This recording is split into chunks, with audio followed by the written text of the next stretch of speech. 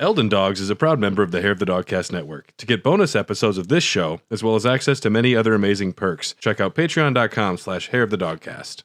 And make sure to check out our new podcast, Zombie Dogs, which covers the Resident Evil franchise. Thanks for listening and enjoy the show.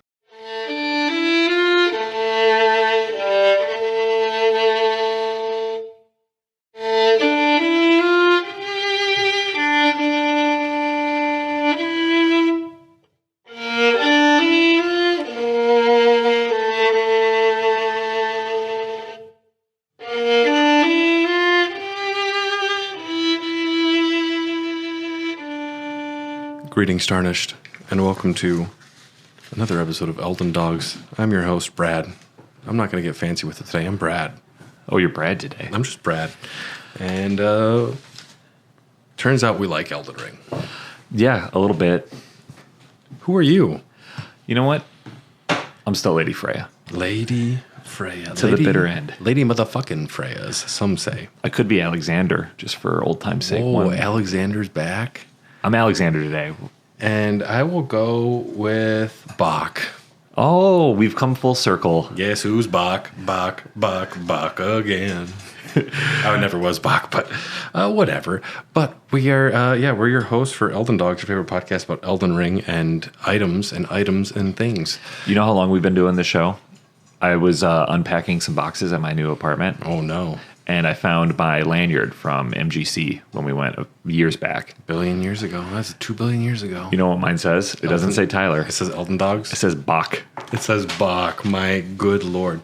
Yeah, if we sound like we're wistful and nostalgic today, it's because this will probably be the last episode Tyler and I record for Elden Dogs for a long while.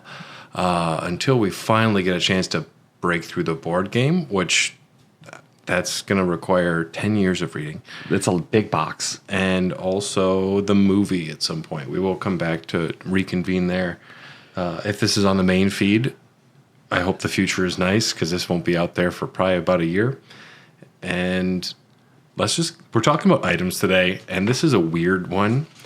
It's broken down in a, like, we're not going to talk about every single item because there's a fuck ton of items, but I kind of just wrote down things that are interesting and some things that you might not know. And we're going to just kind of go through them. We'll see what happens. I have fucking no structure. Cheers to drinking Coronas, my friend. That sounded nice. That was good. Number 1, sacred flasks. You heard of them. What are those? You're probably not doing good at the game if you don't know. I've never had to use one. I'm that good. Wow. Well, there's the flask of crimson tears. The one washed up on the gravesite was sure to die until this flask offered its gift of rejuvenation to seek the Elden Ring. This heals your HP. This is essentially Pedialyte after a night of heavy drinking. This is what you need to get you back in the game. Yeah, you get the watermelon or the cherry Pedialyte. It's red. It looks just like it essentially functions the same way. It's cherry Pedialyte. And then there's also the flask of cerulean tears. Heals FP. This is blueberry. Yep. Pedialyte. Which typically is my go-to Pedialyte if I really need one. I've had like 1 or 2 Pedialytes in my life. I also don't get hungover though anymore. I don't really drink that much. Oh, I still drink way too much. I've heard that about you. Yeah. You live in a brewery. I have a reputation. Yeah, you're notorious. Whether your character is a mage or not, even at low faith, such as 12 for bestial vitality, cerulean flasks are significantly more efficient at healing HP than crimson are. So even if you're not a mage, it's better to heal with FP than using your HP. However, crimson flasks are much faster at healing. With this in mind, a faith dip is worth considering for any build as a way to stretch flask usage. Something to know. Yeah, write that down. Take a note right there. And if you thought that's all we had for flasks, you'd be wrong, because we have the Flask of Wondrous Physic. It is wondrous. Incredibly confused the first time I got one. I still am confused. I don't really understand it. You put tears into it, and it explodes sometimes. Well, I think the sacred flasks are beers, and the Wondrous Physics is a cocktail, because you mix things together. That's true, yeah. So you got... It's a drop shot. It's a bomb. It'll fuck you up for better or worse. This Flask of Wondrous Physic is a relic of the Physic chemists, priests of the Erd Tree, Harnesses the power of crystal tears, which only form after the passage of many moons. Many moons. Various special effects are bestowed upon the drinker depending on the specific mixture of the crystal tears. Rest at a site of grace to replenish this flask. Basins are placed at the feet of minor erd trees throughout the lands between in order to collect their crystallized tears. You can find crystal tears at the bases of minor erd trees and elsewhere throughout the lands between. At sites of grace, you can mix 2 crystal tears in the flask of wondrous physic. This will allow you to create elixirs with various custom effects. The mimic tear spirit can also use them, so that's good to know. Sick. And soldiers and knights of the Halig Tree make use of this item. Weird. I didn't know that they enjoyed a cocktail. I'm wondering if that was a typo. Who knows? I've made a couple typos. I'm going to be honest, folks. I've made a typo or two. You've written, if you put all these pages together, it's a large novel. 2,500 pages. Yeah, it's a lot. It's stupid. I mixed my wondrous physic a long time ago, and I never changed the ingredients. I don't change it often either. And if you got something that works, if it ain't broke, don't fix it. Amen.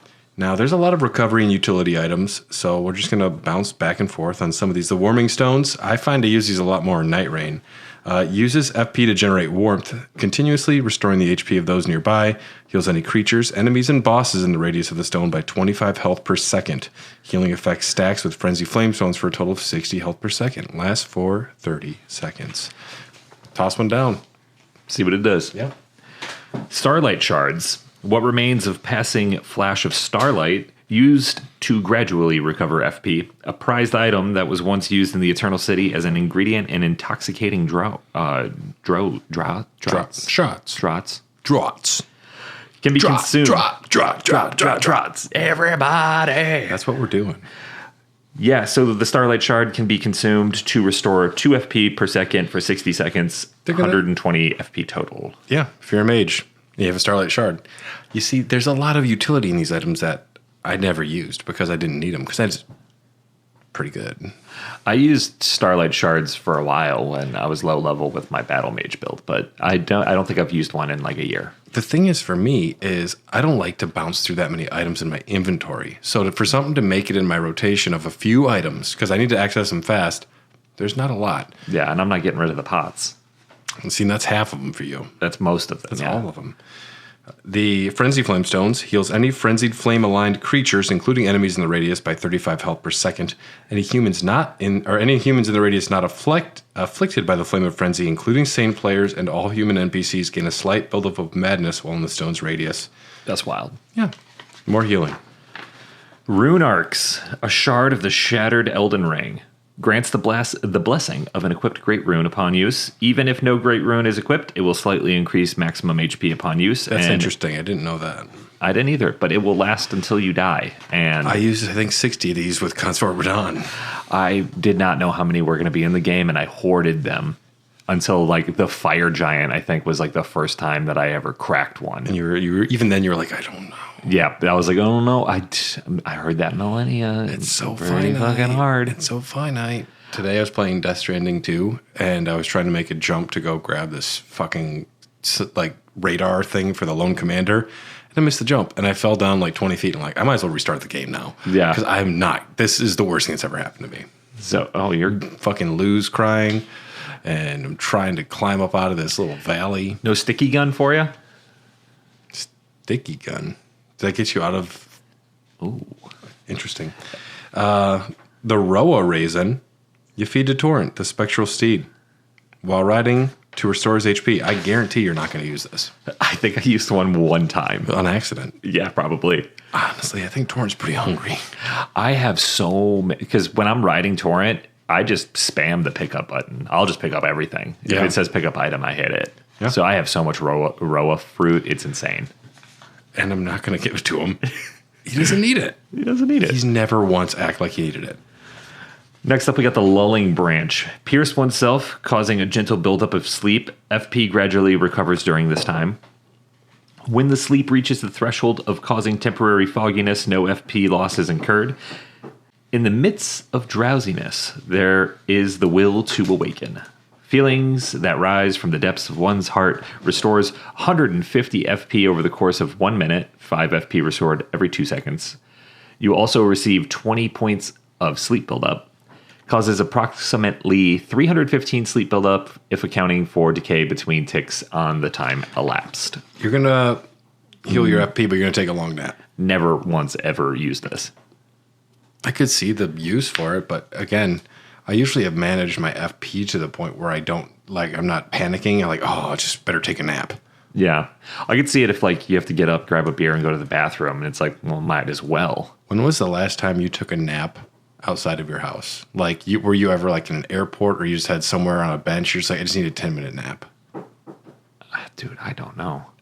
Maybe in an airport for me. That's the only place I could think of. Well, yeah, when I worked for the airport, I would take naps. On the job. Yeah, because, you get mandoed for another 8 hours, and I got 4 hours to kill until that flight that they mandoed me for. Is that like when you have a Grogu?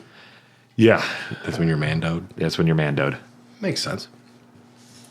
The Blessing of Marika, a special physic blessed by Marika, the queen of the Erd Tree, completely restores HP and heals all ailments. The Blessing of Marika completely heals you, and your Mimic tier can use this as well, so I thought it would be smart and put this on, and then I would never use it, but my Mimic tier would, and I used it on accident within 30 seconds. I'm like, I'm not going to do that again. It's cool. They're super limited.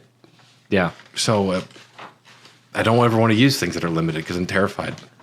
I'm just scared. Sun Warmth Stone. Yep. Uses FP to generate sun warmth, continuously restoring HP of those nearby. Has more potent effect than the Warming Stone. Heals any creature, including enemies and bosses, in the radius of the stone for 30 health per second, and it lasts for 30 seconds. I don't like that it heals the bosses and enemies. Yeah. That's going to be tricky. Use it when you're fighting Rykard, because he always stays in the fucking center. Yeah. Spirit Raisin. You can feed a torrent while riding to enable the spectral seed to push back enemies when breaking into a gallop. This effect ends after a short time. A bitter medicine traditionally claimed to enhance one's spirituality, but torrent seems to have a taste for it. Cool. I'm not going to use it. Never once. Sorry, buddy. We got some horn tenders coming up. I like the chicken tenders. Raisin Canes, baby. Now I'm thinking about canes. Now I'm thinking about Raisin Canes. There's one close by here, isn't there? I think so. You bet your fucking ass. That's why you moved here. Yeah. There's a Chipotle. I tried to move closer, but couldn't. The silver horn tender, old currency used by horn scent made by coating spiral horns with silver, temporarily boosts item discovery. Effect increases discovery by plus 60 for 3 minutes. Effect cannot stack with the silver pickled foul foot.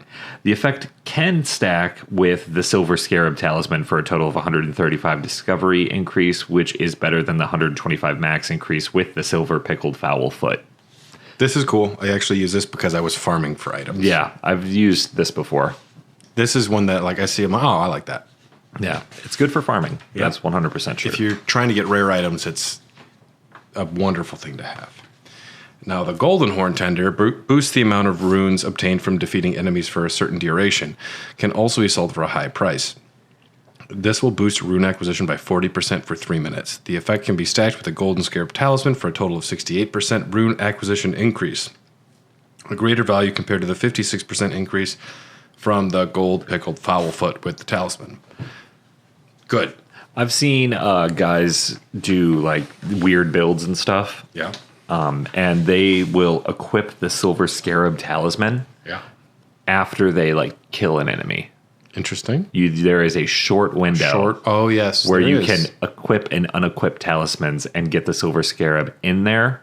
See, they're afraid they're not going to win. They're afraid they're not going to win. So what I do is I know I'm going to win. You just got to go hard. Because the only one that I ever like to fight when I really use this is that old senile mother dragon who can't move when I start the game. That's a good move. She gives a lot of runes. And I go and stab her with a blood loss dagger called Reduvia, and you get so many runes early on. And yes, am I stabbing an old senile woman dragon? I'm not going to say yes, but yeah, I am. It comes with the territory. This is a From Software game. Now, let's talk about some stew. I love me a stew. There's a couple kinds of stew. The first one is the scorpion stew. Now, this is a scorpion simmered in a black soup. Sounds fucking gross. Traditional meal of the horn scent. It is a delicacy in lands between. In at least where they're from, Land of Shadow. This boosts physical damage negation temporarily and gradually restores HP.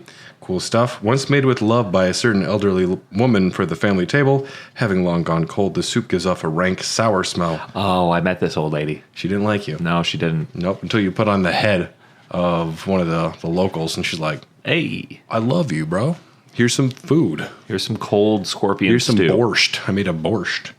Lasts for 60 seconds, regenerates 8 HP per second for a total of 480 HP. Physical damage negation plus 10%. Yeah, you're not going to get a ton of this stew, so it's great. I'd rather have the stew than have the effect. Yeah, it's cool to look at in your inventory. I'll look at the stew. I'll think about it. Yeah. We have the gourmet scorpion stew. Beautiful. It's the same as the scorpion stew, but it's got that guy from the 90s, that TV chef that just went bam all the time. Was it Emerald Lagasse? I think it was. Yeah. And all he did was bam this. Yeah. And made it gourmet. They thought it was cool. The thoughts and feelings of the cook melt and blend into the stew, but those who can distinguish the taste of love are few and far between. Boosts physical damage negation by 10%, 8% in PvP, and restores 12 HP per second for 1 minute. This is a question for Dylan, but he's not here. Do you believe you can taste when someone cooks with love? Dylan 100% can. I didn't, but I'm asking you. Honestly, I make a few of the dishes that my mom makes, and I don't know if she's better at making them than me because we've both been making them for so long, but hers tastes better. You're looking for the nostalgia. You're looking for the memory. No, but I think my mom puts love in the dish, and I think I put nothing except for the ingredients. I think it's the thoughtfulness. It's the care. Like if somebody remembers like, oh, Brad loves this and they bring me that, to me is that I'm going to taste love, but really it's just like someone thought of me and I like this food. Yeah. I don't think you can taste love. I think I once tasted love in a peanut butter cookie. Did you have ever accidentally tasted your own love? No. Speaking of meats and medicines, that's our next category, meats and medicines. Overview. These are used for preventing or curing negative statuses or granting beneficial effects. All are craftable. Boluses cure status ailments. I'm not going to go through every one of them, There's a lot of them. but I will mention soaps. A plant-based soap made from mushroom juice. Cleans off filth and other accumulations on the body while also slightly reducing poison buildup. Filth covering the exterior eventually seeps inside, soiling one's very spirit. I know the feeling. Has cosmetic uses to keep your character looking fresh. It's easy to craft in large quantities, making it easy to spam when traveling through poisonous areas to reduce over-reliance on other curative methods. Accumulations on the body are not cosmetic, simply. If you are wet, your lightning resistance is reduced, and your fire resistance slightly is increased. Being covered in oil causes the next fire damage you receive to deal significantly more damage to you. And if you're covered in poisonous swamp water, this will cause the buildup. So if you have soap and you use it, you'll clear yourself of those potential status defects. That's pretty neat. It is kind of neat. Dried livers. That's next. Dried livers. Dried livers. Mitigate damage from specific elements. There's different kinds of livers. There's quite a few of them. Yeah. Cured meats. I like cured meats in real life. Cured meats are pretty good.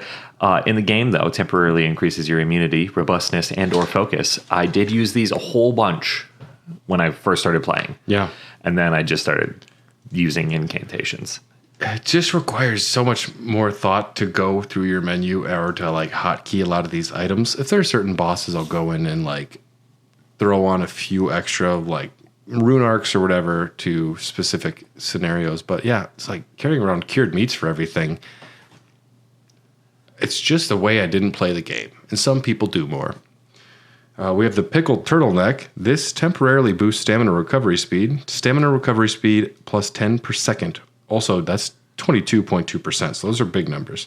Lasts for 60 seconds. This is one that, you know, if I have on me, if I have some extras, I will use because stamina is important when you are rolling 30 times in a boss battle.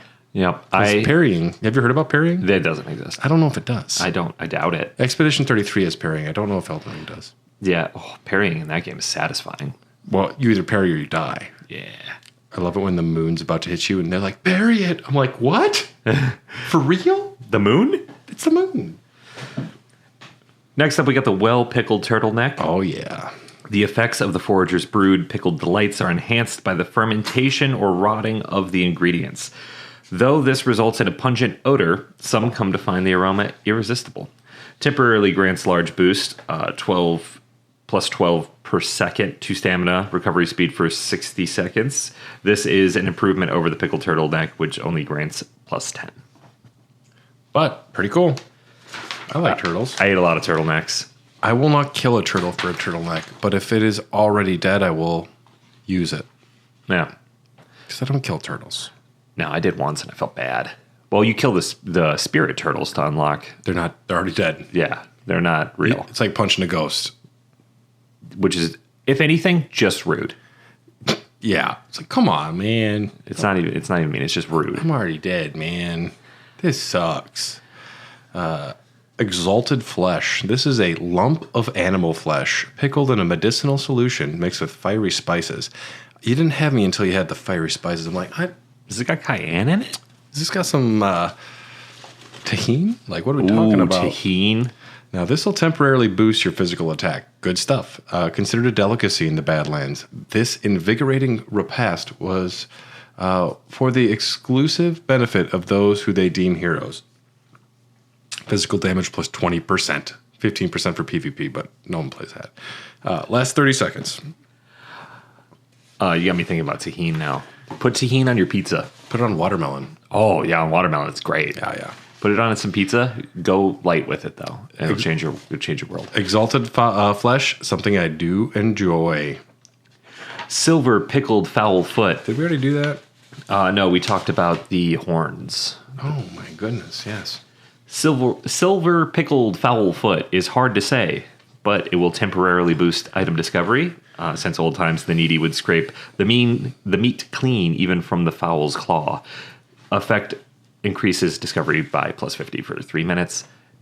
You're going to use this, especially if you're trying to farm for a weapon. When I tried to do my Grim Reaper build, I had to get a fucking scythe, and it took me like 45 minutes. Yeah, but you want a certain scythe, because they're limited. If you're doing a Grim Reaper build, you need the specific one. Yep.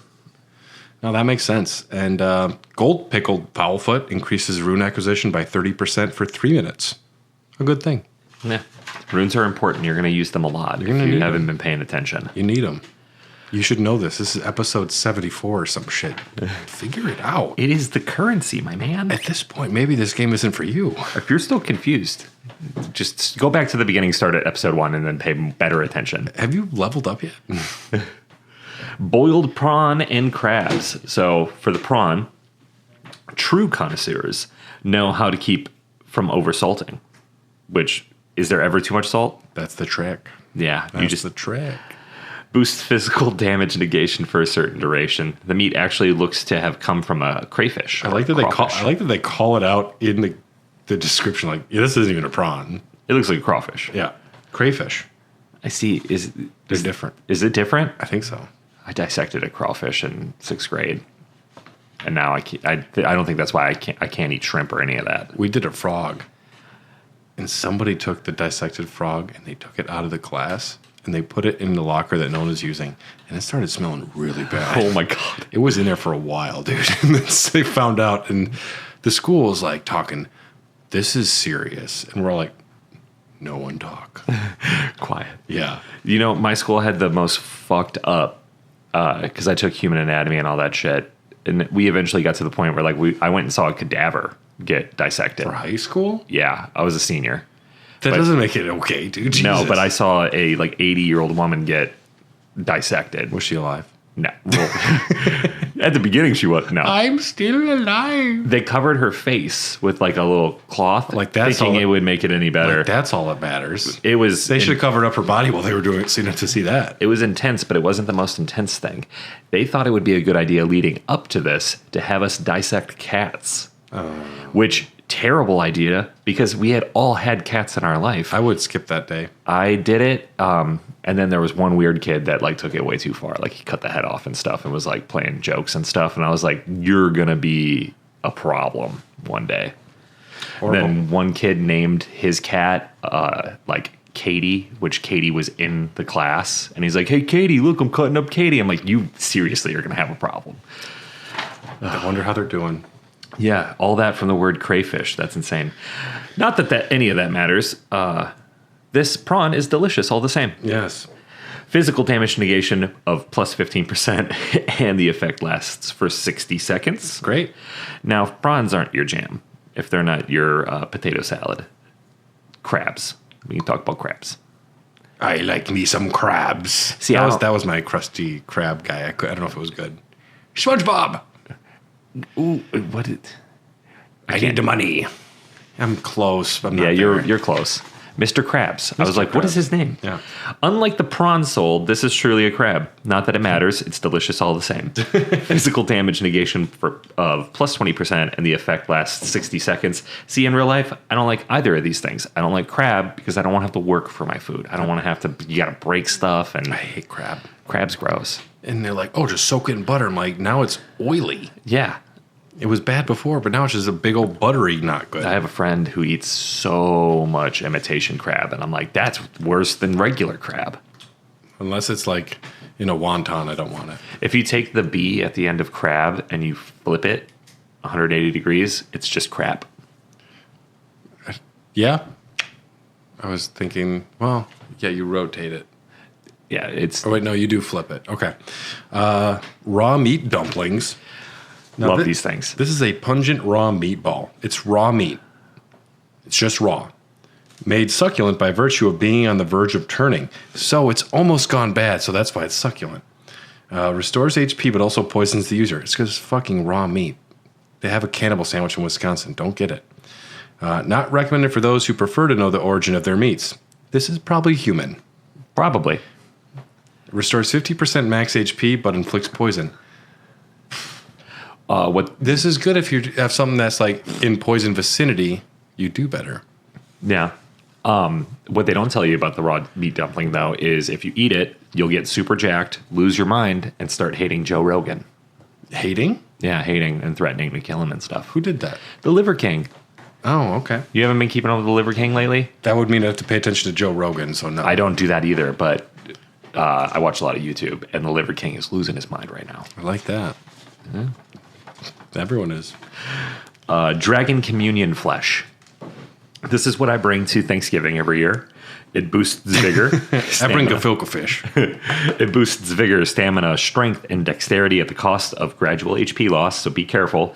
An imitation of dragon scale flesh created by human hands used to sate the hunger of Drake warriors, if only briefly. Wait a minute, is this imitation dragon? It's imitation dragon meat. What the fuck? I didn't know that. Yeah. Now this is way less cool. It's not real, dude. Boosts vigor, endurance, strength, dexterity by 6 while draining 4 HP per second for 90 seconds. 6 is big, though. That is good, yeah. It's big.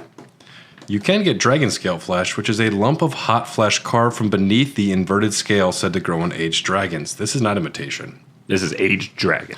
When ingested as is, it boosts vigor, stamina, health, strength, and dexterity at the cost of gradual HP loss, just like the other one. To the Drake warriors, there's no more intoxicating liquor than the heat of dragons. This boosts those 4 said stats by 8 while draining 4 HP for 90 seconds. So even better. Better deal. Get the real shit. Fingerprint Nostrum. Yeah, they would. Boosts mind, intelligence, faith, and arcane at the cost of gradual HP loss. A secret medicine of those who attempt to turn their human bodies into fingers. Ingesting causes something to wriggle within. That's gross. It's called the tapeworm. You can eat all you want. You don't get any weight. I want one. Boosts mind, intelligence, faith, and arcane by 6 while draining 3 HP per second for 90 seconds. If you're keeping up, it's the magic version of what we just talked about with dragons. It's the opposite. Pickled livers. That'll boost damage negation for a period of time for different status ailments. We're not going to go through all of them. But there is sacred bloody flesh. Raw meat soaked with blood. That's like, at that point, is it just like soup? It's a delicacy of the blood fiends. Temporarily boosts physical attack power and arcane. When blood loss occurs nearby, further boosts attack power. So this will raise arcane by 10. Provides a 7% attack buff when consumed, and an additional 18% attack buff after blood loss in the vicinity. Both buffs can stack. So the initial 7% buff lasts 30 seconds from eating the flesh and can only be reactivated by eating another. The plus 10 arcane is tied to buff 1 and drops at 30 seconds. The secondary 18% buff lasts 30 seconds from activation. Further blood loss while buff 1 is still active will reset the timer for buff 2. Damn. I'm confused as well. Yeah. So just cause blood loss and eat this. Yeah. You know, when I worked at Eagle Park, were you there when we did the Lord of the Rings dinner? Yeah. You know, I did the talking. I hated it. Oh, that's right, you did. Because no one fucking planned anything. No, I was not trying very hard. The kitchen did. The front did not. Oh, yeah. Well, the food was good. Mm-hmm. That was a lot of work. But if I had to do it again, I would do an Elden Ring one. It would be a smaller audience, perhaps. Oh, yeah, but the amount of fun you could have, like... Here, this is raw bloody flesh. This is a pickled turtleneck. Imitation dragon wontons. Next up, we got... I'm just going to take 5 and 6 because this is your boys. Here, let me do 5. Armament Greases temporarily adds a flat amount of elemental damage or status ailment buildup to your armament. Can only be used on standard, heavy, keen, or quality weapons and a handful of special weapons. I love Greasin'. Greasin's great. Grease is the word. Grease lightning. Grease fire. Yeah. All of it. We're not going to do all of them. But yes, you should have this whole next category. Yeah, because if there's one thing I like more than grease, it's pots. You're a pothead. Yeah, cracked pots. This empty pot somehow mends itself when it's broken, essentially a vessel for crafting cracked pot items. The materials and magic sealed within deploy their effects when the pot is thrown. You can obtain up to 20 cracked pots. I think I have like 17. You suck then. I don't, well, I mean, as the game went on, I used them a little less, but I mean, I got grease too. So I come to the party strapped. Yes. It's important to know these are replenished. You can reuse them. Yes. Cracked pots already obtained cannot be reobtained in New Game Plus. That sucks because you could have 40 pots and that'd be awesome. Yeah. If throwing pots are put into storage at a site of grace, their cracked pots will be available for crafting new items. If you have throwing pots in storage, your cracked pots will automatically refill when you die or rest at a site of grace. Did not know that. That is huge. That's wild. So you make 10 of this certain pot and you just deposit them into storage, then you can reuse those cracked pots to make new ones. So when you use those 10 that are in your hands, they automatically grab them from storage to replenish them. I did not know that. That's a game changer. Yeah. That's awesome. That's why we're still doing this podcast. You can wear the jar helmet to increase damage of throwing pots by 15%, and the companion jar talisman for a further 20% increase in damage. However, this has no effect on the debuffs inflicted by throwing pots. I definitely did that. Yeah. Pots are great. Fire pot became my best friend for a long time. I remember Godskin Duo gave me a fucking headache before I realized you could just put them to sleep. Sleepy pots. Yeah, and then sleepy pots became one of my favorites. The putrid pots, the poison pots, I'm not a big fan of those. Yeah. But once you get a bigger enough HP bar, I started using them later in the game. Oh, and then you have rot pots. And holy pots. Yeah. And then fucking hefty pots. Yeah. Oof. So you got roped pots. I never really used rope pots, though. You're never running away. No, I'm always going straight at them. Why would I throw something behind me? It's like...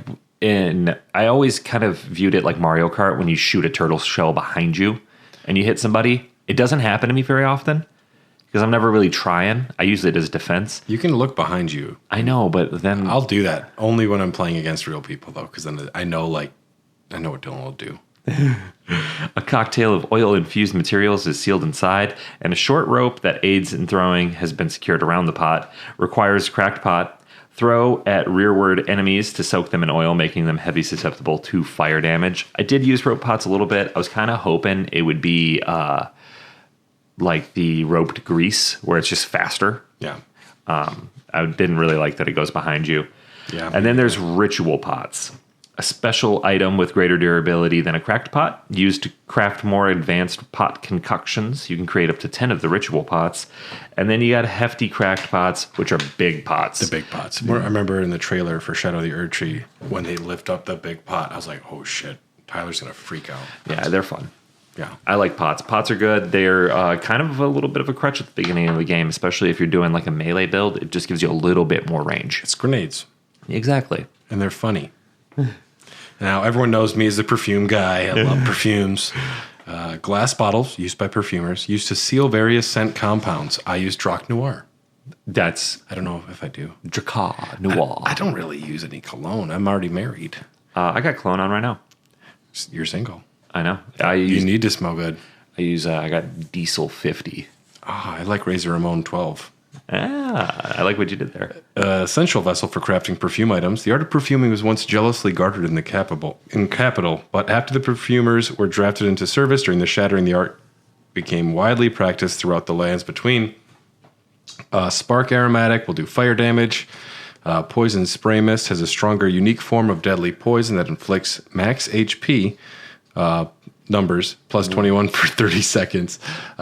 This unique deadly poison is stronger than Scarlet Rot. I put down a decent amount for these pots here. Acid Spray Mist uses FP to release an acidic mist from user's mouth, damaging armaments and temporarily lowering attack power. The Uplifting Aromatic can be used to boost allies' attack power and reduce incoming damage once, physical damage plus 10%, all damage negation plus 90% until hit. Duration 40 seconds. I mean, these are powerful. The Blood Boil Aromatic uses FP to enter a temporary state of fervor. Physical damage plus 30%. Max stamina plus 20%. All damage negation down 25%. 60 seconds duration. These are big numbers. Yeah, and I never use any of them. Not at one time. Yeah, me neither. There's that one guy that always gets in the bus that smells like he has 30 pounds of Blood Boil Aromatics on him. I'm like, you smell so bad. Yeah, you need to get out of here. You calm down. We had a guy that used to come into the brewery all the time, and we called him Spicy. That was his nickname because you could taste him. You could taste him when he got close enough, but you would straight up smell him before you saw him. Weird. He wore so much cologne. Weird. So all of a sudden you'd be like bussing tables, and you'd get a whiff of Spicy, and you're like, I haven't even seen him yet, and he'd be tables away. Ugh. There's one other one, the best one. The Iron Jar Aromatic uses FP to temporarily turn wielder's body to steel. Physical damage negation plus 40%. Lightning damage negation down 60. Don't use against dragons. But tier 4 hardness. All ox status resistance plus 45. Slowed movement speed. Heavy dodge rolls. Duration 40 seconds. This makes you into a fucking walking tank. Yeah. And you'll be great at everything except lightning. Next up, we have consumable weapons. Yeah, we do. Darts and daggers. These are fucking great. I used to use them a lot. Yeah, they're fun. Great for maintaining stance damage on enemies outside of melee range. Essential. Knocks imps down from a distance, great. Which in those dungeons, great. I never knew how to say this. Kukri? Kukri? Sure. Kukri inflicts blood loss, which is pretty cool, but I don't care about that. Crystal darts make stone constructs malfunction. Very cool. But the best thing about these is when you got a big group of people and you can just kind of bring them out one by one and just clear an area. Like, you should definitely do this if you're starting the game. And you're not starting the game, but when you get the first map, that's how I do it every time. Yeah. It's fun. Good stuff. Ruin fragments used for crafting or throw at an enemy. Do whatever you want. Don't even pick them up unless, I don't know, you can. It's just such a useless thing that's in the game, and that you find them right at the beginning, and I thought it was going to be a big deal. Like, ooh, rune fragments. I bet you I can create a rune. Ooh, they're dropping lore, literally. Stones and stone clumps. Poison. Nutty Professor 2. Poison stone and poison stone clumps. Guess what those do? Heal you. No, poison people. Oh, fuck. Yeah. I should know that. Explosive stone and stone clumps. Explosive stone and stone clump is a thrown item that explodes and inflicts fire damage against enemies that are hit. I use these in the mines for those digger guys with the pickaxes. You dropped a hard D there. I know, and I was worried about it as soon as it came out of my mouth. Glintstones.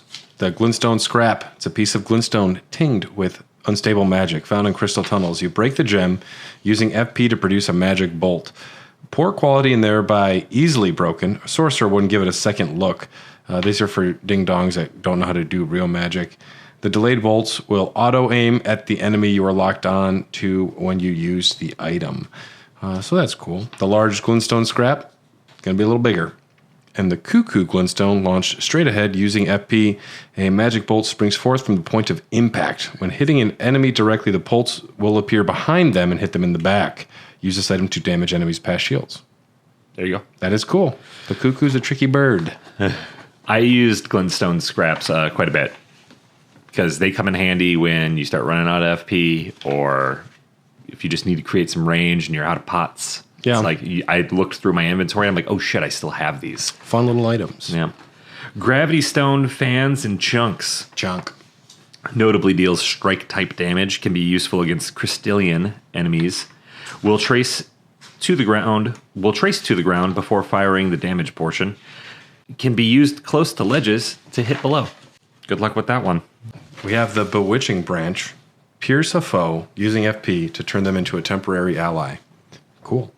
The Empyrean Mikola, dude's a dickhead, don't trust him, is loved by many people. Indeed, he has learned very well how to compel such affection. It's because he's tricking you, and he's bewitching you, and you don't have a choice. Duration approximately 3 minutes. Law of Regression incantation will remove the charm effect. But, yeah, turns him into an ally. Kind of cool. It's fun bewitching people, but there's another kind of bewitching. Charming Branch. Uses FP to stab an enemy, charming it and the surrounding enemies. Charmed enemies act as your allies for a short while. Those who would otherwise be at each other's throats are invited into service to Mikola as long as the charm that binds them remains intact. Has an AoE effect unlike the Bewitching Branch, which is pretty fucking cool. This is cool. Yeah. I hit a sheep with a Bewitching Branch because I thought it'd be funny. Did it help you? Nothing really happened. It was still just a sheep. Like, he was on your side, but I'm like, I'm a sheep. Yeah. He's not doing anything. I'm not going to fight something right now. The Dragon Communion Harpoons. Fucking Bale. You heard about this Bale guy? Dude. Real big gun. Yeah, not a good dude. Yeah, not a good dude. And I say cunt like English people, not like Americans. What's the difference? I think it's bad in America, but in English it just means thing or person. They say it for everything. I say cunt all the time, and I mean it in the worst way most of the time. Sometimes I wonder if I'm offensive. Yeah, I know I've said cunt in front of my mom, and she doesn't like that, but it still happens. Yeah, your mom's cool, though. Oh, there's a bunny. Sorry, I get distracted easily. Dragon Communion Harpoons. Harpoon bristling with sharp gravel stones. Craftable item. Throw at enemies to inflict heavy damage. Anti-dragon effect. Fuck you, Bale. A tool of the old Dragon Communion warriors who are the agents of the ancient dragon's hatred for their low-born descendants. You throw to inflict pierce damage with an anti-dragon effect. Can be charged by holding the use tool button to extend range and damage.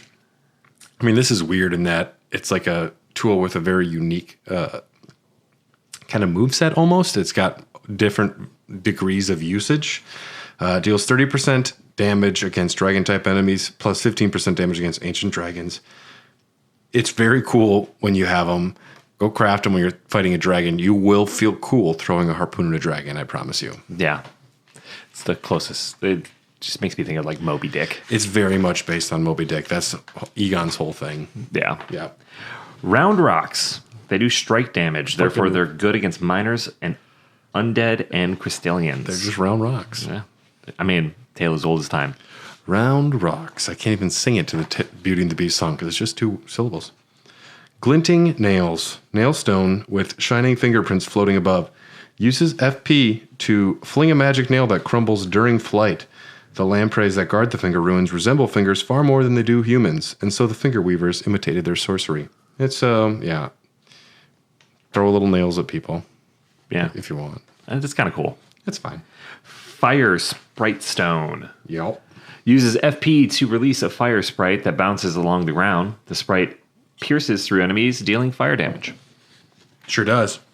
There's the regular Sprite Stone, which uses FP to release a sprite that slowly homes in on enemies. After a short time, the sprite fades away into glittering lights, causing a spiritual explosion on its passing. The item detonates on either of the 3 following conditions. It gets near a targeted enemy or reaches maximum range, is detonated manually using the Bond Stone, collides with a solid object such as a wall or the ground. This will slowly float in the air and chase the direction of whatever target you have locked on. If there's no locked on target, it will travel in a straight line. There's a lot of stuff to read for an item I'm not going to use. Yeah. Sorry, Sprite Stones. Fire Coils. I've never used a fire coil. Yeah. It uses FP to conjure tiny fire snakes from the spot that it is thrown. The writhing snakes pursue foes, which sounds really cool. I'd rather have bottle rockets, Husker do's, Husker don'ts, with or without the scooter stick. Or just a Roman candle, honestly. Anything else than the fucking fire coil. Oh, you got snakes? Big whoop. Yeah, it's a little turd that dances. It's a dancing turd. Yeah, not cool. The Surging Frenzied Flame uses FP to replace a stone on the ground where it spews frenzied flames. Cool. That's cool. This thing sucks. Like, if somebody, cool, there's one person that uses it in Midra's mansion, and I hate it because it just keeps going. I'm like, oh, my face. Innard meat. Sounds gross. Innard meat thrown at enemies to inflict damage. This is what becomes of the condemned, who get sliced up and stuffed into jars and to become saints instead. So you're eating the meat that was put into a jar and turned into jar meat. Yes. So this could be multiple people. It's a stew of people. It's an amalgamation. An amalgamation, as some would say. Amalgamation, yes. The Call of Tibia, an ancient ceremonial tool that uses a gravekeeper's skull as a catalyst, uses FP to summon one lost in death at the spot that it is thrown. The creature spins and mows down foes in the vicinity 3 times before dissipating. The dead have long been left to wander. What they need is leadership. That line goes hard. It really does. That's a cool line. That's like something on a poster, a blacklight poster in college. Yeah, 100%. It's fine. Summoning the Lost in Death has various levels of uses. It's good as a distraction. It's good that they can come back themselves. I do like that. Next up, we got the Golden Vow. Uses FP to rise in the air, increasing attack and defense of the caster and nearby allies. The incantation serves as a rite that honors the comrades who placed their faith in the distant Erd tree and gave their lives to the crusade. It can be used to increase attack by 12.5% and all defenses by 8.8% for 45 seconds. This makes it more powerful than the skill version with the same duration, but slightly higher defense and damage buffs. Costs 30 FP compared to the skull's 40 FP cost. The downside is the difficulty in crafting, since Blessed Stone Shards, which are difficult to farm, and Shadow Sunflowers do not respawn until you beat the Shadow Tree avatar in the DLC, which is going to make that real fucking hard. Yeah, but it is a very good item. The incantation's easier to use. Yes, just do that. You don't have to craft it. Number 9, it's a whole category. It's called ammunition. Arrows, great bows, and bolts. Different status effects. I'm not going to do them all. There's a lot. But we will go into unique tools, the next category. They're unique tools. I don't know what else to say. What do you want me to say? The first one is Memory of Grace. Loses all runes and returns to last site of grace visited. This allows you to return to the last site of grace at the expense of all of your runes. This does not destroy runes you've yet to pick up from a previous death. Oh, interesting. So that might be the only real use for it. Unless you're already carrying no runes and you're like, fuck it, I went too far this way. Just take me back to a site of grace. I could see this being a speedrunning thing. Yeah. I've never used it. And I will not either. I don't want to give up my runes. Yeah. I fought for those. It's cool that, like, let's say you get so far down somewhere, but your runes are elsewhere, you can use it to go back and then go get the runes you dropped before. Oh, could this have gotten me out of the Abyssal Woods? Potentially. That's the only time I would have used it, because I did not want to continue through there. Yeah. That's the only time I would have used it. Yeah. Spectral Steed Whistle. You know what this is. If you don't, what have you been doing? Sound the whistle to summon and ride Torrent, your horse. Dismount steed when used on horseback. Yeah, pet the damn dog. Yeah. But don't feed him. He doesn't like that. The Ancestral Infant's Head. What? This one's named Katie. Skull of a very young ancestral spirit. Just think how many sproutings it might bear. Used to spray spirit vapor, inflicting magic damage. The vapor becomes a temporary geyser which deals continuous damage to everything it touches until it disappears. Also, you're using the head of an infant. Think about that. Yeah, I didn't even know this existed. Yep, you find this underground between the cities. Gross. Yeah, it's a fucking infant's head. Put it down. Jesus. What is wrong with you people? Why did you bring that with you? Leave it. I don't know, man. Seemed cool. Look, I named this one Katie. Katie, look. Wraith Calling Bell. Bell used by worshippers of the Revenants. Ring Bell using FP to summon prowling wraiths. This can be done multiple times in a row. The projectiles deal magic damage. Any equipment, sorcery, etc. that boosts magic damage can be used to boost the damage dealt by the projectiles. Deals 3 stance damage. Any equipment, sorcery, etc. that boosts magic damage can be used to boost the projectile's damage. Has an extremely long range and tracks targets very well, but flies very, very, very slowly. It's cool. You ring a bell. I used it one time. Yeah. And then I was like, this is slow. Yeah. I'm not a big fan of it either, but you ring a bell. And if you're doing like a person with a butler build, that's it. Omen Barons. It's the doll of a curse-born baron. Their life's bad enough. Don't take their dolls. Uses FP to unleash wraiths that chase down foes. Omen babies have all their horns excised, causing most to perish. These fetishes are made to memorialize them. Please don't hate me or curse me, please. Is what it says. Oh my God. That's a description. Let them go. Let them be. Jesus. The projectiles deal holy damage. Any equipment incantation that boosts holy damage can be used to boost the damage dealt by the projectiles. Each piece of the Omen set increases the damage dealt by the summoned projectiles by 5%, for a total damage increase of 20% when wearing the full set. I've never used it. There's so many things I haven't used. It's a little doll. It's a little dolly that deals holy damage. Cool. Regal Omen Barn. Bairn. Oh, my bad. Maybe it's barn. Bairn. Okay. Regal Omen Bairn. Doll of Curseborn Bairn from the Erdtree's royal line. Uses FP to unleash mini wraiths that chase down foes. Omen babies born of royalty do not have their horns excised, but instead are kept underground unbeknownst to anyone imprisoned for eternity. Great. That sucks. Perfect. Stronger than the regular Omen Bairn. Yeah, also leave their dolls alone. They had it bad enough. Let them be. The Mimic Veil. Very fun. Very fun item. This is the golden veil of intricate design. Uses FP to mimic nearby objects. When Godric was hounded from Lanedale, the royal capital, this was one of a multitude of treasures he took with him, also known as America's Mischief. AI enemies will not notice a disguised player as long as the player is not moving. So you use it, you turn into some item from the dungeon, from the castle, you'll turn into a fucking stack of arrows. And as long as you don't move, everything walks by and doesn't know you're there. That's cool. It's very funny. I've never used it. This is a very cool item, and you should always use it. I'm going to use it as soon as I get home. Use it. Just for fun. It's so fun. I have watched like people play like PvP, and they'll just play hide and go seek because they know you're somewhere. And they'll just go like sit next to a statue and be a statue and see how long it takes. That's cool. It's kind of fun. Shackles. Shackles were used to bind the accursed people, called the Omen, and those ones were made to keep a particular Omen under strictest confinement, trap Moog or Morgott, for a short time. While it might be an oversight, Moog's Shackle, as well as Margit's Shackle, can be used to dispel nearby illusory walls and trigger some dungeon traps that require striking. In particular, it can be used to trigger the Fire Pillar trap within Azura's Hero Grave from as far away as the first safe enclave on the right, where you encounter the dungeon's first chariot, allowing the 3 chariots in the dungeon to collide and be destroyed with considerably little effort. It's very cool. That's awesome. I didn't know that. It saves a lot of effort. Supposedly, this effect is due to the shackles releasing an invisible large range explosion and deals no damage. Fuck me, dude. Doing great, dog.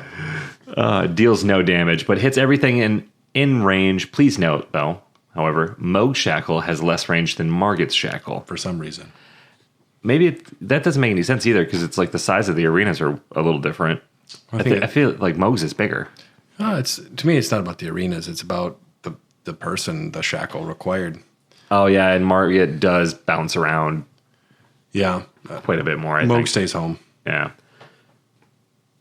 This is likely due to the fact that you can encounter Margit once out of the field, so they gave the shackle a greater range, like we just said, to compensate for this.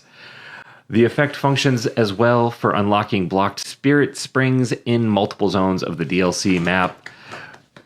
Yeah, shackles are weird. I don't know if they were designed to have all of these extra uses, but they're cool.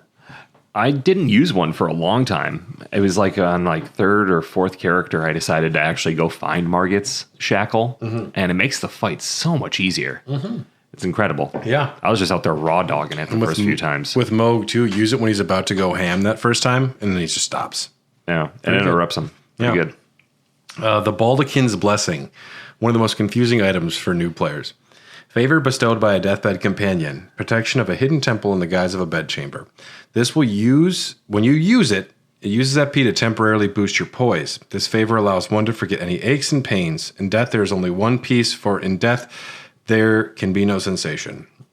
So when it's in your inventory, not used, max HP is reduced by 5%. And it doesn't tell you this. It doesn't tell you this. When you use it, you get plus 35% physical damage negation and plus 34% poise for 15 seconds. Also prevents stagger from attacks with damage levels varying for 15 seconds. The 5% missing max HP is restored after the 15-second buff expires. Don't carry this around. It's almost never worth it. Yeah. I'd like getting the hug. But then use it. But then use it right away. I carried it the long entire time. The entire time. I think until we talked about it on the podcast for the first time. It's really stupid. Yeah. The Radiant Baldachin's Blessing has the following effects. Costs 20 FP to use. When used, grants plus 35% physical damage negation and plus 45% poise for 70 seconds. Also prevents stagger from attacks with damage levels that vary for 70 seconds.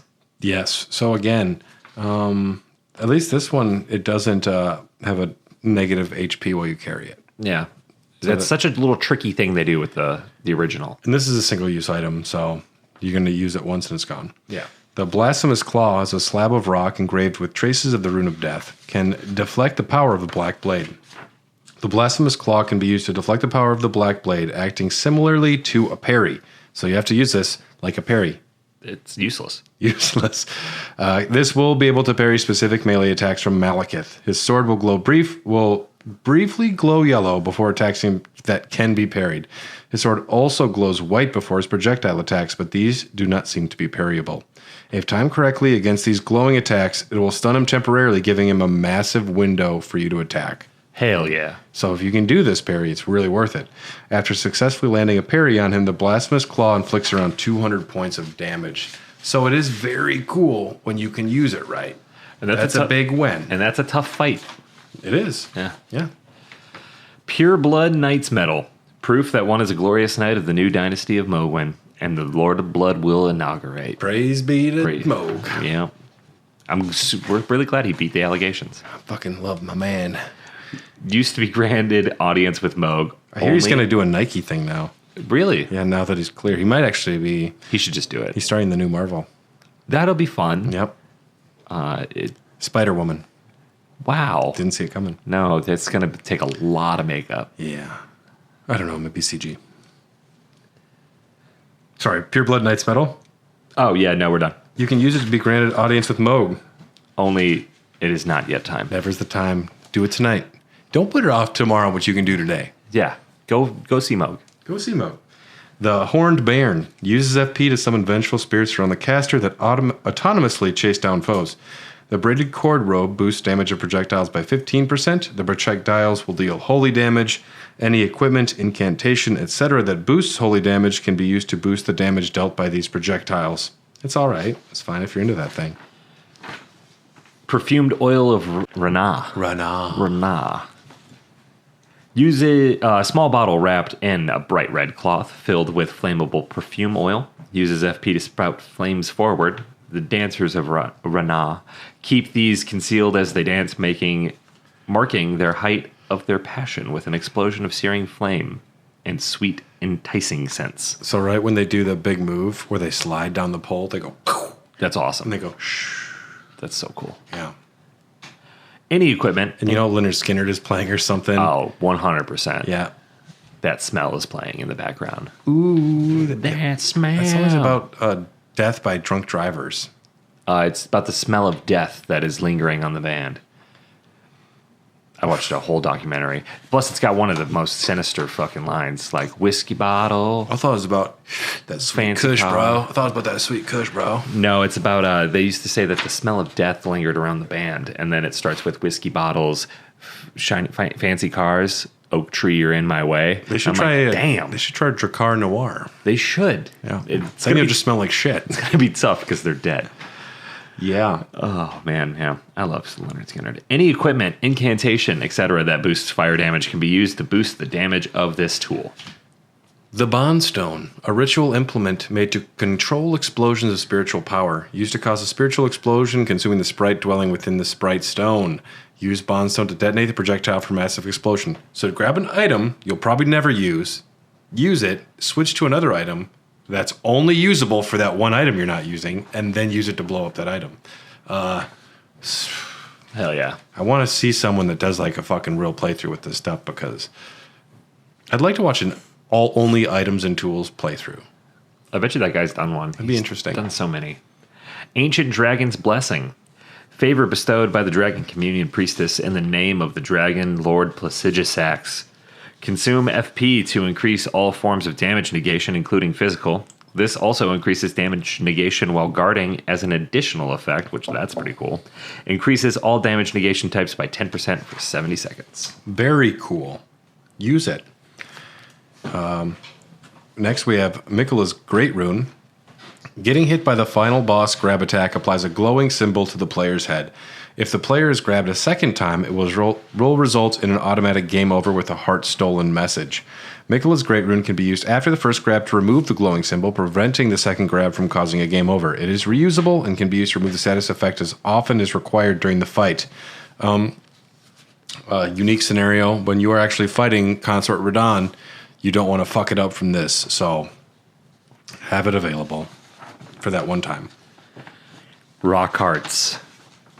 It's a rock heart. Heart consumed in the ancient original form of Dragon Communion. Use while disrobed to turn one's human flesh into ancient dragon.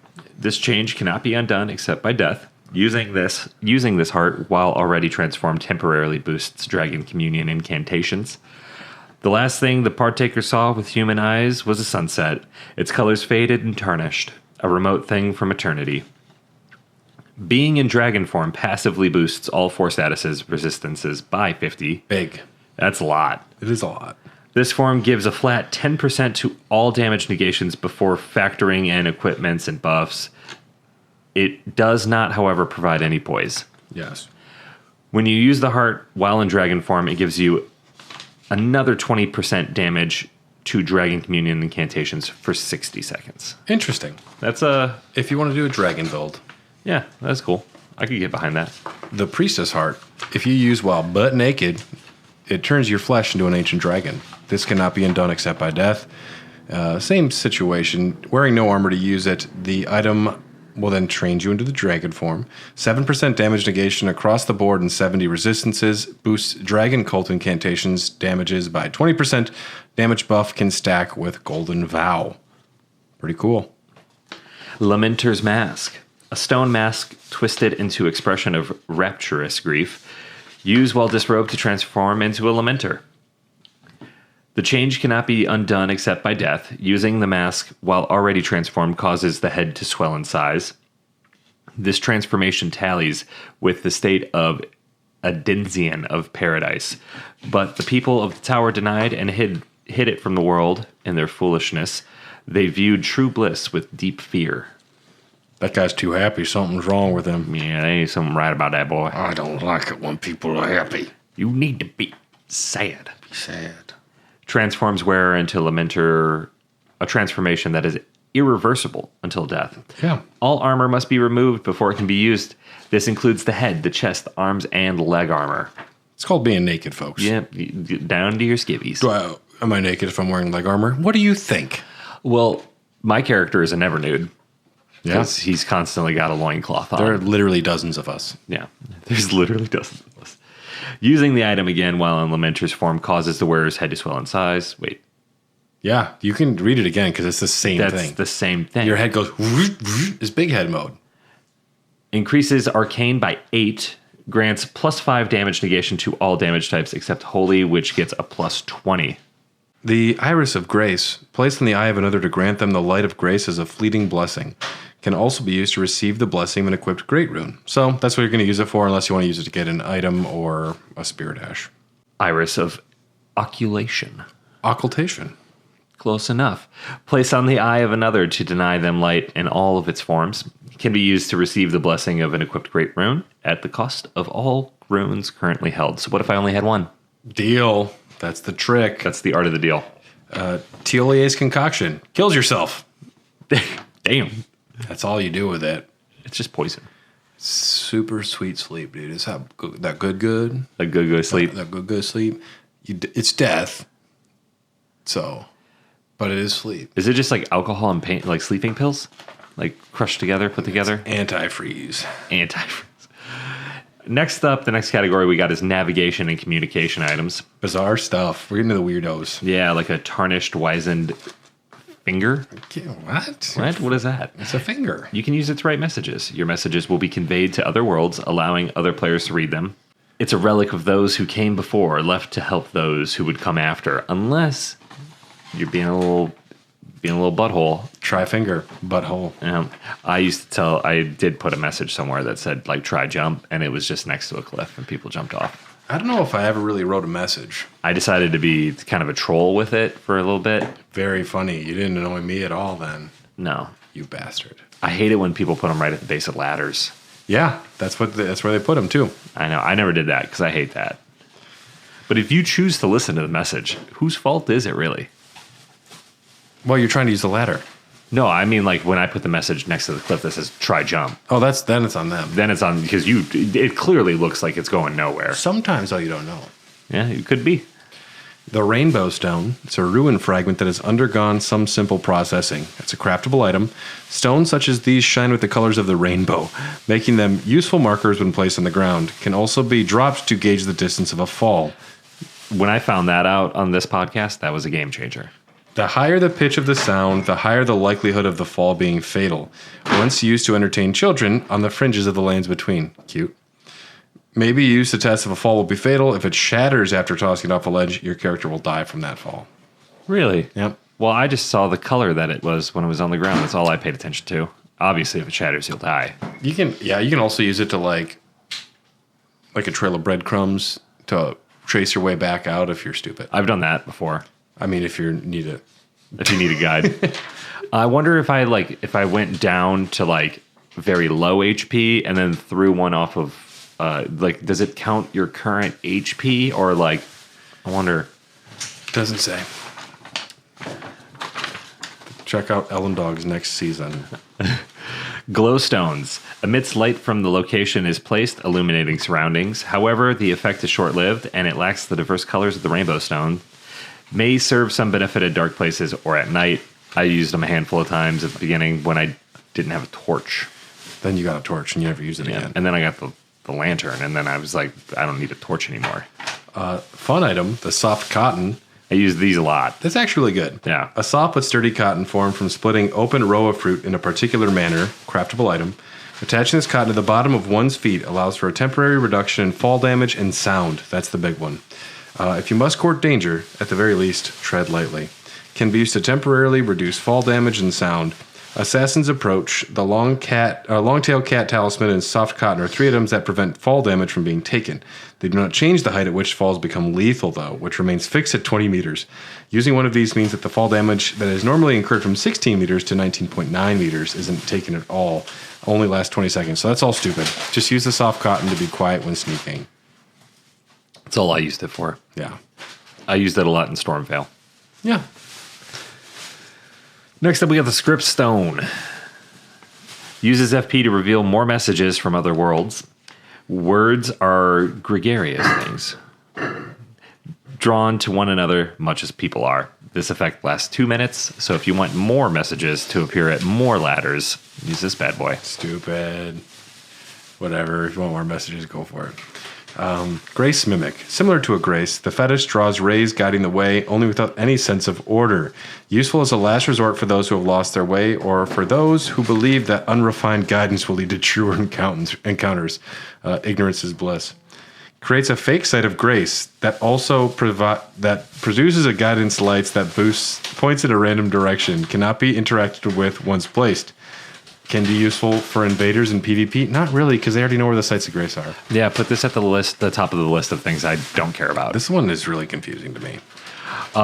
Next up, something I used all the time is the lantern. A small waste-worn lantern that illuminates surroundings. Very important. Use once to turn on, and then turn it off. It'll stay on for as long as you leave it on. It does not run out. It's great. While its light is dimmer than that of a torch, it has the advantage of freeing up your hands, which is invaluable. You can't beat it. The telescope, an astrology tool used by members of the Carian royal family, a stolen part of a larger instrument, allows the viewer to better see faraway things. The Arrow's Reach Talisman or Arrow's Soaring Sting Talisman increase the effective range of the telescope. I thought I was going to use it a lot more than I did. It's like a 1.5 times zoom. It's really not that useful. Yeah. It's kind of a shame. I thought it would have been cool. If you could attach it to a bow. To a bow. Oh, yeah, and then I'll have like a sniper scope. But that'd be stupid. Then you're playing Call of Duty. I don't know. Gestures. They exist. We're not going to cover those. T-pose is really the only one you need. And until Prattling Pates, until we get one that says like, you're going tits up, mate. Yeah. If we had one that said that, I'd use that all the time. Or if it said, oi, Oi. You can't. oi, I'd like that one. Otherwise, you use your beautiful once on Bach to make him feel good. I don't want to think about that. Polterstone. I don't know what this is. So this is we're gonna learn it together. We're learning together here, folks. Contrivance of grace keepers made from spirit gravestone creates noise imitative of human presence where it lands when thrown. I do know what these are now. I just didn't recognize the name.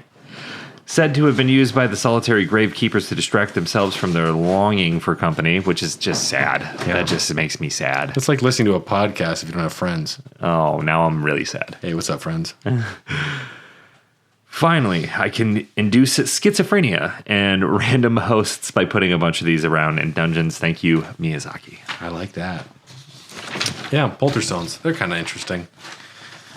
Now we're getting to some of the weirder categories, like number 12, consumable runes. There's golden runes 1 through 13, the Newman's rune, the hero's rune 1 through 5, and the Lord's rune is the peak. And in the Shadow of the Erd Tree, we have broken runes, Shadow Realm runes 1 through 7, Leda's rune, the rune of an unsung hero, and the creme de la creme, the creme that you want, America's rune. If you have them, you can actually sell them for the same value as using them. No, but I like hitting them on my chest. You can sell them faster. Really? If you want to sell a bunch at once. You can use multiple ones at once. You can use up to 10. Sometimes if you're using like 10 of the baby ones, though. Oh, yeah, that's true. Yeah. Remembrances grant the power of their namesake bosses in the form of remembrance equipment and magic. This page covers their names, trade-in choices, rune value, and their respective bosses' names. Remembrances can be used for a bounty of runes or exchanged for power by speaking to Ina at the Round Table Hold. They can also be duplicated, however, at wandering mausoleums and remembrance duplication coffins, and Shadow of the Erd Tree only for the coffins, but only once per mausoleum and remembrance. Yeah, you know what these are. Yeah, you've been doing this for a while. Yep, you're going to get some dope-ass item, some dope-ass spell, some weird tool, or you're going to get runes. Yeah. I have most of the runes for my first, or the remembrances for my first playthrough, because again, I was like, I don't know what I want and I don't want to use it. I wouldn't even put it in the mausoleum to duplicate it because I was like, I don't know if I want to free up the mausoleum. Yeah. So you hold on to them. Yeah, you never use them. Crafting materials. We're not going to talk about all of them. That would be We'd be here all silly. night. But there are animal products, plant products, miscellaneous. There's bolstering materials. Those include stones and glovewort, golden seeds, sacred tears, shadow tree fragments, revered spirit ashes. And then there's also wet blades that has different affinities. Wet blades. Wet now. Titanium quat. Yes. Next up, we got key items. There's a crafting kit. You'll need this to craft. Yeah, it's if you want pots, this is how you get them. Yeah. Memory stones, a black, lightly beguiling stone, prized by the sorcerers who produce them. This increases your memory slots. You don't have to use them. You get them. You have them. You want these. Talisman pouch. Big deal here, because Yeah. you're going to like talismans. This does a lot. It's a small withered bag knitted by hand, bestowed upon the ruling lord or those attempting to become lord by the elderly finger reader, increases your talisman equip slots. As the voices of the two fingers, finger readers are said to live lives eternal, and one is even supposed to have served as a wet nurse to royalty. That's pretty cool. shriveled milk bags. Gross. The Spirit Calling Bell. It's a bell capable of summoning various spirits from ashen remains. It usually requires FP to use. Spirits can only be summoned in the vicinity of a rebirth monument. That means you get that little doohickey on your HUD that says you can summon your Mimic Tier or whoever you're using out. When summoning is possible, the monument icon will be visible on the left side of your HUD. Only one type of spirit may be summoned at once, and none may be summoned during multiplayer. You will be using this a lot if you're smart. Dragonheart. It's a movie. Oh, yeah. Great film. You know, you gave me that movie. It was one of the ones you got from Walmart. Never seen it. With Sean Connery. It's a dragon. Oh, that's what terrible Sean Connery. Dragonheart seized by Dragon Tracker. Riddled with gravel stone, this grotesque organ continues to beat vivaciously. An offering used in Dragon Communion. Consume a dragon's heart at the altar to make it the power yours. You're going to take that power. It's my power. It's yours. You earned it. The player can obtain 23 dragon hearts on a new game cycle. However, only 20 are required to purchase all Dragon Communion incantations. In Shadow of the Erdtree, this increases to 29 available hearts, and you only need 23 to purchase all of those incantations. Dragon Communion will slowly turn you into one. As such, your eyes will reflect this after you purchase 4 dragon incantations. If you want to keep these special eyes, you should not obtain the Bloody Finger or be touched by the Three Fingers, as these events will result in overriding your new mascara. According to the item description of Magma Breath and Magma Worm Scale Sword, those who partake in Dragon Communion would eventually turn into a Magma Worm. However, regardless of the number of hearts the players consume, the furthest possible transformation the player can undergo is the color of their eyes. Yes, dragon hearts. Cool. You want them, turn into a dragon. If you don't like the eyes, you can also, I believe, change them in the mirror. When you can alter your appearance, you can take that off. Lost Ashes of War. Empty Ashes of War, devoid of any memories of battle, unable to apply any kind of affinity to their current state, but can be used by smithing master Hugh of the Round Table Hold to recreate their ashes. Thus does the copy pass into becoming the genuine article. Use it to duplicate an Ash of War. Yeah, which I was like, why would I ever need to do that? And then you get closer to the end of the game, you're like, I want to dual wield, that's why. Yeah. Celestial Dew, unable to apply any kind of... No, whoa, hey, what... Just go down to Celestial Dew, number 4. G4. G4. Oh, there we go. Celestial Dew allows players to carry out an absolution at the Church of Vows, reversing all antagonizations. This will not resurrect any of the traveling or isolated merchants. So why did you kill them? Yep. You so feel bad about it if now. you accidentally punched an NPC and you want them to not be mad at you, you can use this. Also, you can get Celestial Dew Code Red. Just does the same thing but tastes worse. Yeah, I agree. Larval Tears.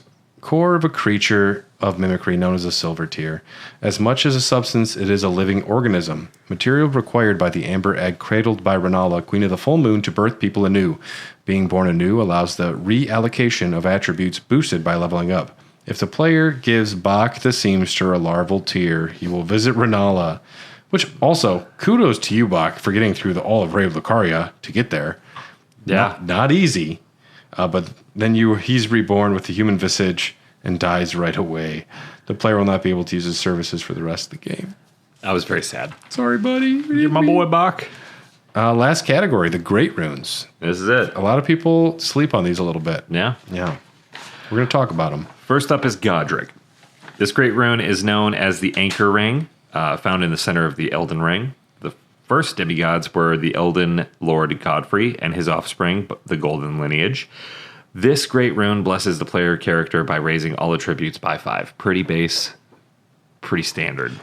Yeah, but all attributes by 5 is pretty cool. It's great. These are powerful. It's not, yeah, and not really a downside other than rune arcs are hard to come by.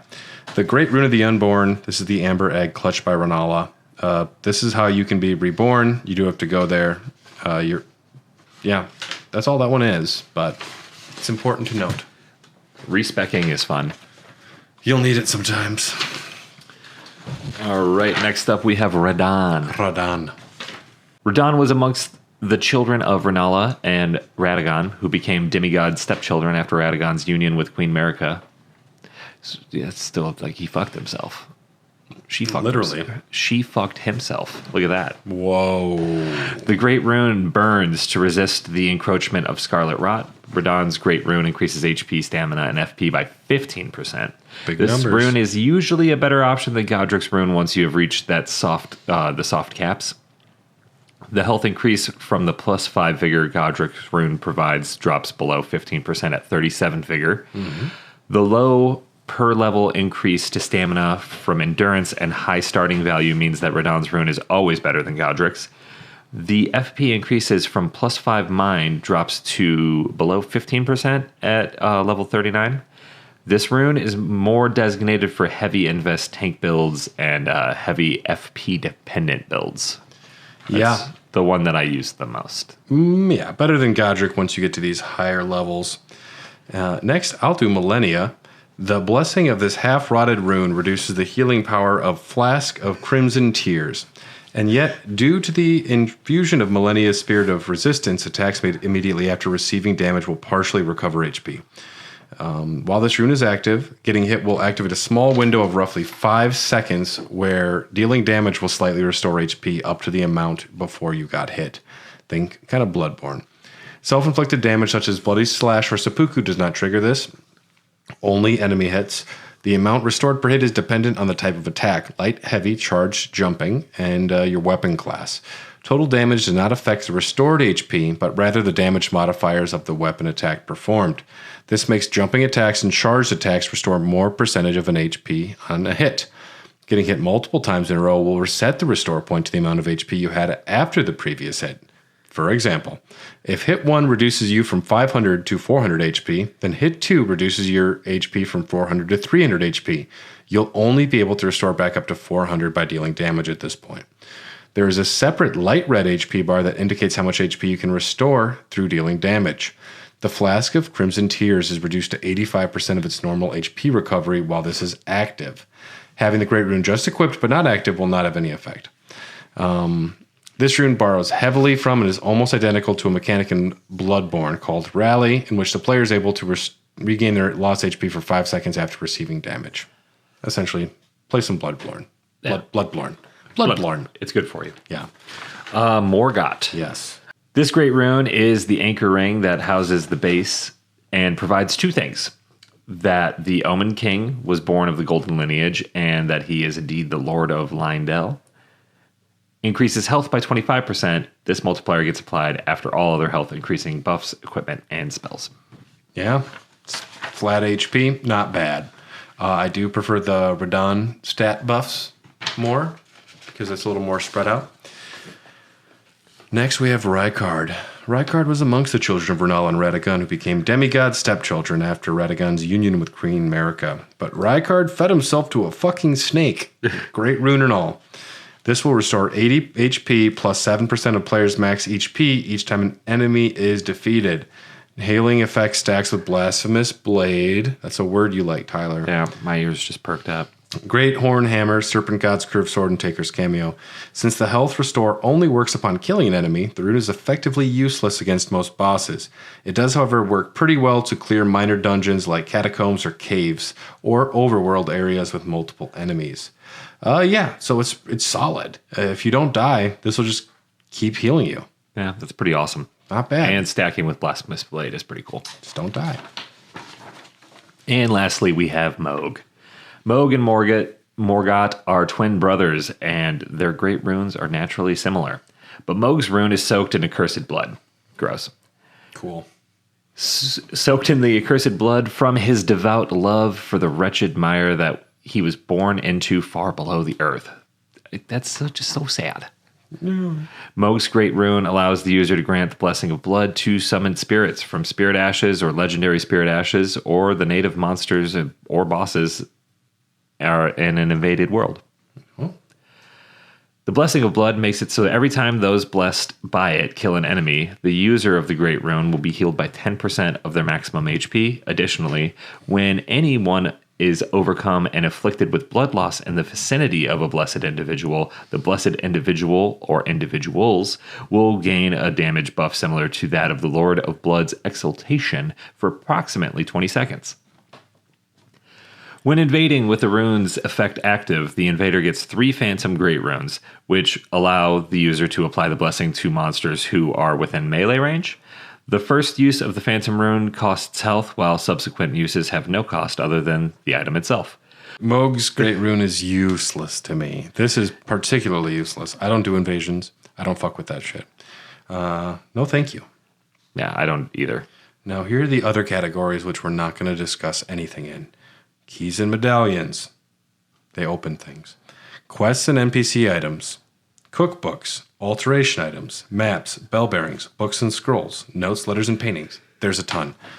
We're not going to talk about all of them. But yeah, that's just like a fun little overview of some of the things you might not have known about items in Elden Ring. It's a lot of shit. A lot of shit.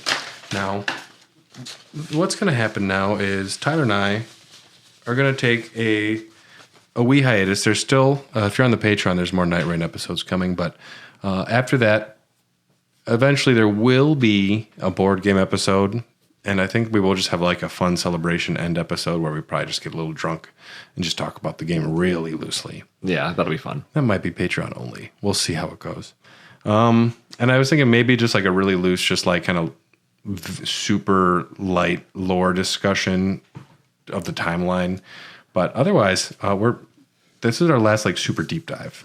Yeah, it's been a long road. It's been a long road. Been a fun road. I really look forward to talking about the movie and kind of speculating on it. I really hope it's just about the shattering. I think that would make the most sense. It could be Vike's story. That'd be pretty cool too. Yeah. Who knows? But it's going to be Bach's story. Yeah, Bach to the future. Bach to the future. Yeah, dude. I like it. So thank you for listening to this episode. There will be some more, but it might be a little bit of a brief hiatus before we hear from Tyler again. And, well, we're going to read that fucking instruction manual for the board game. But special thanks to Patreon executive producers. We have the producers Rykard Christy, Nick Malakip, The Black Blade, Blaggard Big Brian Ward, Jordan Hoslow, Sorceress of Blood, Festering Fingerprint Phil Wright, Iron Fist, Red Phil, Bear, Tyler. Thank you, Red Bear, Phil. Thank you, Tyler. Bellbearing Hunter, Bryant Ross, Crucible Knight, Kelly Gutowski, Justin Melliesmer, the Impaler, D-Man, the Azula Beastman, Lady Freya herself. Thank you, Freya. Spetsnaz, the Fell Omen, and Ejot, Blade of Mikola. We appreciate your support. And if you're listening to this and want access to other episodes immediately, check out patreon.com/hairthedogcast. That gets you access to our other podcasts, including the Dogcast, which is video game news, Raw Dogs, which is deep dive into video game topics, and Popcorn Dogs, which is movies and television. And this is on the main feed. That means Umbrella Dogs is probably already out and maybe kicking pretty far. I can't wait for Resident Evil. I'm very excited. And that's all we have for you today, folks. Thanks for being along for the journey. It's been a long, long time. And this is not goodbye forever, but it's goodbye for a little bit. It does feel a little bittersweet. Yeah. It's like, oh, good, I don't have to talk about Elden Ring anymore for a little bit. But at the same time, I kind of like talking about Elden Ring. It's not a bad thing to talk about. Yeah. There's not many games that could do this. No, it is cool to do a deep dive, long form podcasting on something that you really enjoy. Plus, for me, it was my first From Software game, so it's going to always have a little bit of nostalgia for me. Spoiler warning, you could do this with every one of their games. Oh, I bet. Yeah. Which we're not. But yes, we'll see you soon, folks. And go to your nearest site of grace, cook up a wondrous physic, and get a little toasted. Hell yeah. And feed your torrent horse a raisin, whatever. He deserves it. He's been good. We'll see you next time.